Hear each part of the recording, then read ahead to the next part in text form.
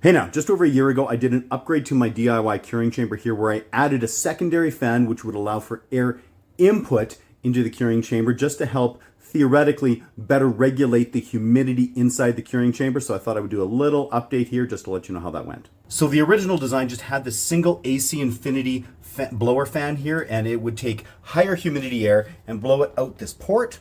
Of course, I had that controlled with this Inkbird humidity controller here. You can see I have it set here to 72% relative humidity. It's currently at 74.1%. Now, while this was doing an okay job of regulating the humidity, as soon as I put larger quantities of meat in here, if I did a big salami run or multiple roasts in order to make dry aged charcuterie, I was having issues where I couldn't get the humidity low enough. That fan there at the bottom was just pumping continuously and was simply not doing a good job of getting it low enough, which did lead to some mold issues in a couple little batches that I had. I was able to control them eventually. However, it was just a little frustrating. So the fix that I came up with was at the top end of the curing chamber here, I have a very similar port, and air is able to come in through that port. And that air is introduced into the system through a fan that's inside this plastic box housing here. And I've just got some cheesecloth, some layers of cheesecloth here on the outside, just to help to filter dust particles and whatnot from entering.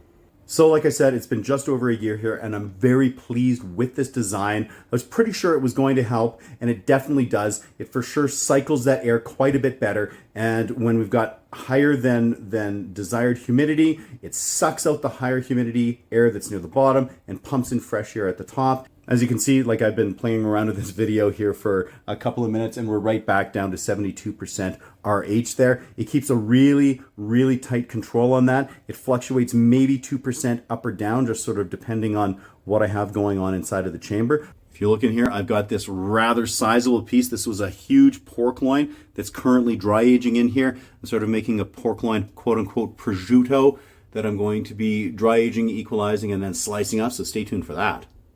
The only potential downside to this system at all is that I do find to go through a little bit more water out of my humidifier just because it is cycling that air, and it's kind of playing a little bit of a game of tug of war between, oh, is it too humid or is it not humid enough in here? That's totally fine though. I find that this humidifier here lasts me probably about a week and a half before it would run dry. What I do with that is I'm just using distilled water. I throw a splash of vinegar into it as well, just to help prevent mold growth inside of there. And honestly, I would probably want to be changing out the water every week to week and a half anyway, just because I don't want that water to be sitting at that, relatively warmish temperature in the mid 50s there for too long anyway. So, a potential con, but one that I can certainly live with.